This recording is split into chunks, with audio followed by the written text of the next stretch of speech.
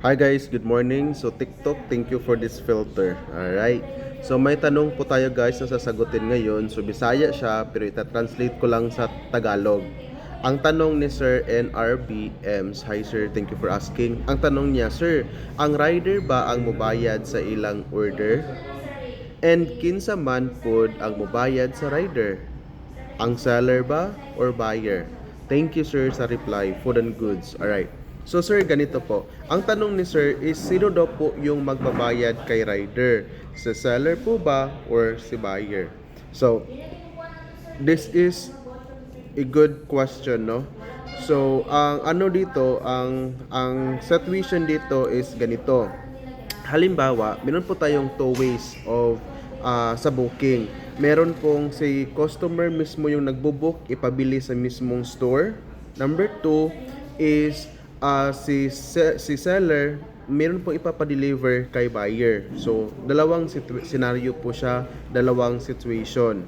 Okay? Number one, halimbawa is ako yung customer, bibili ako sa mismong store, pwede po ako mag-book immediately, tapos si driver yung bibili doon, tapos of course si driver yung magbayad. Pagkatapos pag pick up ni driver, ihatid na po niya doon kung sino yung buyer, tapos i-refund po si driver kung magkano yung binayad niya sa store sa item or food na binili plus delivery charge. Okay? That's number one.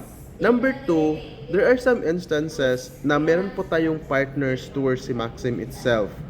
As me, for example, ako yung buyer, hindi po ako magbo-book directly sa application. Ang gagawin ko po is kukontakin ko po itong si seller ng mismong item or mismong pagkain or sa food, since food and goods po yung tinatanong ni sir. Halimbawa, merong seller ng isang bibingka. Okay? Gusto ko po kakain ng bibingka, yung liking-liking bibingka. So, hindi po ako magpi-place ng order sa app. Ang gagawin ko, kontakin ko yung seller, tapos magpi-place ako ng order. Maaaring bayaran ni buyer first sa mismong seller or maaaring COD. So ganun, kung magbabayad si buyer, magbabayad siya first before ibubook ni seller. So of course, wala nang babayaran si buyer. No? So pagpunta ni driver doon, ipipick up niya lang, pag deliver niya, ang babayaran ni buyer is yung delivery fee na lang. Pero in some cases, hindi mag-order lang po itong si buyer, ipapa-COD po niya. Yan po yung tinatawag nating COD. So of course, babayaran din po ni driver the moment na i-pick up niya yung pagkain or yung item. Pag-deliver niya po sa buyer, is yun po, mag-refund po si buyer kung magkano yung binayad ni driver doon sa seller plus delivery fee. Okay?